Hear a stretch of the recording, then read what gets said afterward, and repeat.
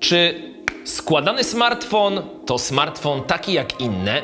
Takie pytanie często nam zadajecie, a my postanowiliśmy zadać je Samsungowi. Odpowiedź na nie wcale nie jest taka jednoznaczna. W końcu jeżeli chodzi o ich formę, to jasne, że będą się różnić od klasycznych telefonów. No bo raczej przeciętny smartfon nie składa się w pół, no a przynajmniej nie jest to coś, co powinno się dziać. W każdym razie jest jeszcze kwestia wytrzymałości. Z tej okazji wybraliśmy się do serwisu Samsunga, gdzie trochę popytaliśmy i obserwowaliśmy na żywo proces wymiany folii na ekranach Foldów i Flipów. No i pewnie sobie tutaj pomyślicie, no nie ma opcji, żeby klasyczne smartfony i te składane stały na równi w kwestii wytrzymałości, ale tutaj być może Was zaskoczę. Dlaczego? Tego dowiecie się oglądając dzisiejszy odcinek na kanale Technostrefa. Zapraszam!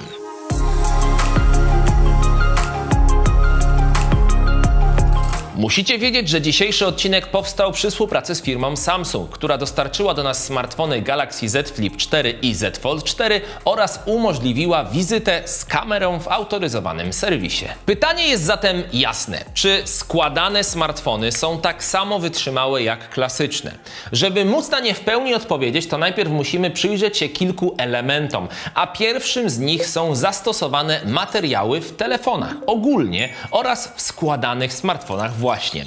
Głównymi materiałami, z których budowane są dziś ramki w smartfonach, czyli korpus telefonu, są tworzywo sztuczne oraz aluminium. Ten pierwszy materiał jest znacznie tańszy w produkcji, co ma swoje przełożenie na cenę telefonu, który ma wykonany właśnie korpus z plastiku. Aluminium jest oczywiście droższe, ale idzie to w parze z często zwiększoną wytrzymałością czy lepszym odprowadzaniem ciepła, o czym nie wszyscy wiedzą, że to również ma znaczenie, jeżeli chodzi o materiał wykonania. No i właśnie z aluminium korzysta Samsung w swoich składanych smartfonach, zresztą nie tylko, bo w serii Galaxy S również. Korpus o dumnej nazwie Armor Aluminium znacząco zwiększa wytrzymałość w codziennym użytkowaniu. Jednak sama ramka, sam korpus to nie wszystko, bo równie istotny jest materiał na pleckach oraz ochraniający zewnętrzny wyświetlacz, jak i wewnętrzny wyświetlacz, no i połączenie tych wszystkich elementów razem. Zarówno w przypadku modelu Galaxy Z Fold 4, jak i Z Flip 4 szkło Corning Gorilla Glass Victus Plus jest w pewnym sensie otoczone przez aluminiową ramkę. Takie rozwiązanie sprawia, że telefony nie tylko lepiej radzą sobie z oddawaniem ciepła, ale i naturalnie chronią szkło, które jak wiadomo niespecjalnie lubi bliskie spotkania z twardymi powierzchniami, szczególnie z dużej wysokości. Zanim przejdę do elementu, który budzi najwięcej emocji, czyli do elastycznego ekranu pokrytego specjalnym szkłem, a później specjalną folią, to muszę poruszyć jeszcze jeden temat. Zawias, który znalazł się w obydwu smartfonach, zarówno we Flipie, jak i we Foldzie. No to jest pewnego rodzaju inżynieryjne arcydzieło i myślę, że każdy się co do tego zgodzi.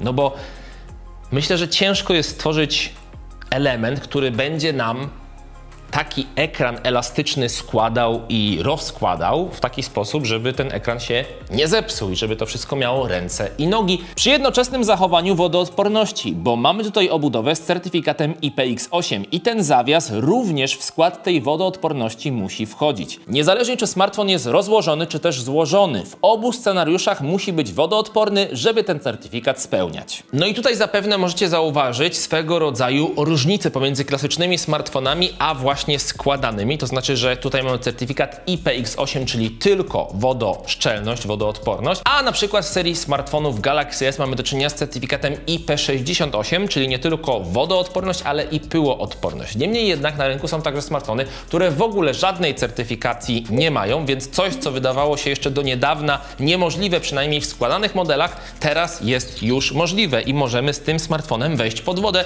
co moim zdaniem robi giga wrażenie, biorąc pod uwagę, że historia tych telefonów na rynku jest stosunkowo krótka. Dzięki temu certyfikatowi IPX8 możecie zanurzyć oba te smartfony na głębokość 1,5 metra na 30 minut. Jest to o tyle imponujące, że tak jak mówiłem, wiele klasycznych smartfonów, nawet takich flagowych, nie oferuje w ogóle certyfikacji i oficjalnie nie są to smartfony wodoodporne. No dobra, przyszedł czas na ekran. Oczywiście ten składany, a nie zewnętrzny, który jak już wspominałem jest chroniony szkłem Gorilla Glass Victus Plus. Utrzymanie tego tego bądź co bądź wrażliwego kawałka technologii w nienagannej kondycji to na pewno niełatwe zadanie. Wokół wyświetlacza znalazły się plastikowe ramki, które nie tylko odgradzają go od metalowego korpusu, ale i zapobiegają pewnym uszkodzeniom i po prostu zabezpieczają dodatkowo ten ekran. Więc tutaj mamy już pierwszy stopień ochrony, a więc ramki wokół ekranu. Natomiast za ochronę samego wyświetlacza w pozycji rozłożonej zasadniczo odpowiadają dwa elementy.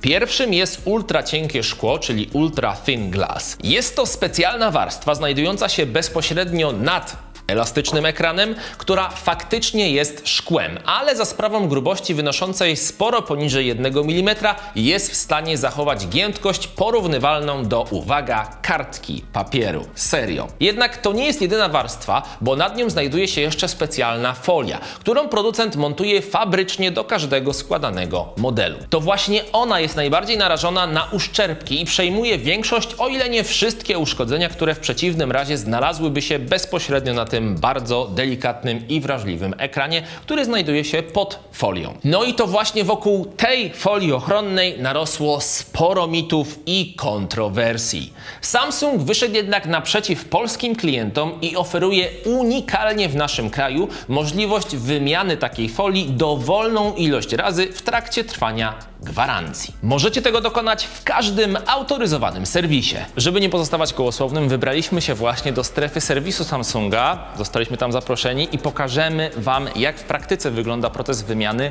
folii, zarówno w przypadku modelu Galaxy Z Flip, jak i Galaxy Z Fold. Sam proces wymiany folii nie jest zbyt skomplikowany. Samsung oddaje serwisom do dyspozycji specjalny osprzęt, który pomaga serwisantom bardzo precyzyjnie, ale jednocześnie stosunkowo szybko dopasować i zaaplikować nową folię na wyświetlacz. Jeśli folia jest w jakiś sposób uszkodzona, odkleja się lub po prostu nie spełnia Waszych kryteriów estetycznych, możecie ją wymienić. Proces ten w trakcie trwania gwarancji jest, jeszcze raz przypomnę, bezpłatny. Niemniej jednak klientów, którzy mają w jakiś sposób uszkodzoną folię ochronną, wcale nie jest zbyt dużo, przynajmniej wśród naszych widzów. Zresztą na podstawie wiadomości i komentarzy, które od Was dostajemy, możemy z pewną dozą prawdopodobieństwa stwierdzić, że odsetek serwisowanych składanych smartfonów jest na podobnym poziomie, co w przypadku klasycznych, zwykłych smartfonów, klasycznych konstrukcji. Krótko mówiąc, te składane smartfony doszły już do całkiem wysokiego poziomu wytrzymałości i trudno jest znaleźć cokolwiek, do czego można by się tutaj przyczepić. No i jak widzicie, folia została wymieniona, a proces wymiany trwa do godziny. A jeśli ten film Wam się podoba, to rozważcie proszę zostawienie subskrypcji na tym kanale. Będę ukontentowany niczym Galaxy Z Flip 4 po złożeniu. Wytrzymałość składanych smartfonów to jedno. Tak jak mogliście się przekonać, ta nie odstaje względem klasycznych rozwiązań. Zresztą wystarczy po prostu te urządzenia wziąć do ręki, żeby się o tym przekonać. Zarówno modele Galaxy Z Fold 4, jak i Z Flip 4 są zbudowane fenomenalnie i nie ma co do tego wątpliwości. Pozostaje jednak pytanie, czy w ogóle potrzebujecie składanego smartfona? No bo do czego właściwie można wykorzystać takie nowatorskie urządzenia, jakimi niewątpliwie są modele z elastycznymi ekranami? Wszystko zależy oczywiście od Waszych indywidualnych preferencji, bo w końcu nie każdy potrzebuje takiego rozwiązania na co dzień. Zdecydowanie są to smartfony skierowane do konkretnej grupy odbiorczej, choć ta na pewno z roku na rok się poszerza, na co wskazują rosnące wyniki sprzedaży. Galaxy Z Fold 4 to bestia, jeżeli chodzi o wykonywanie kilku zadań jednocześnie. Samsung dołożył wszelkich starań, by ich flagowiec był tak wszechstronny, jak to tylko możliwe. Za sprawą obsługi rysika S Pen, czy też zmian w oprogramowaniu, które upodabniają Androida w zasadzie do przenośnego komputera, użytkowanie Folda w kilku aplikacjach jednocześnie to prawdziwa przyjemność. Krótko mówiąc, jeżeli potrzebujecie prawdziwego kombajnu do pracy i rozrywki, który jest znacznie bardziej kompaktowy i mobilny w porównaniu do komputera, to Fold zdecydowanie jest dla Was. I ja sam znam osobiście kilka osób, które takiego smartfona używają właśnie jako swój daily driver. Po prostu codzienny telefon, jedyny telefon, którego używają właśnie ze względu na to, że potrzebują różnego rodzaju zadania wykonywać, do których normalnie byłby im przydatny komputer, a dlatego, że są na przykład często w podróży albo nie chcą tego komputera ze sobą zabierać, no to używają do tego właśnie Folda. Jednak żeby nie było, że Galaxy Z Fold 4 to telefon tylko do pracy. Ogromny ekran będzie gratką zarówno dla graczy, jak i miłośników seriali, czy nawet transmisji na żywo, bo w końcu 5G jest też na pokładzie. Na tym telefonie szczególnie dobrze ogląda się wszelkiego rodzaju starsze produkcje, które zostały nagrane jeszcze w nieco innych proporcjach niż te współczesne kinowe super szerokie, no bo wiadomo, że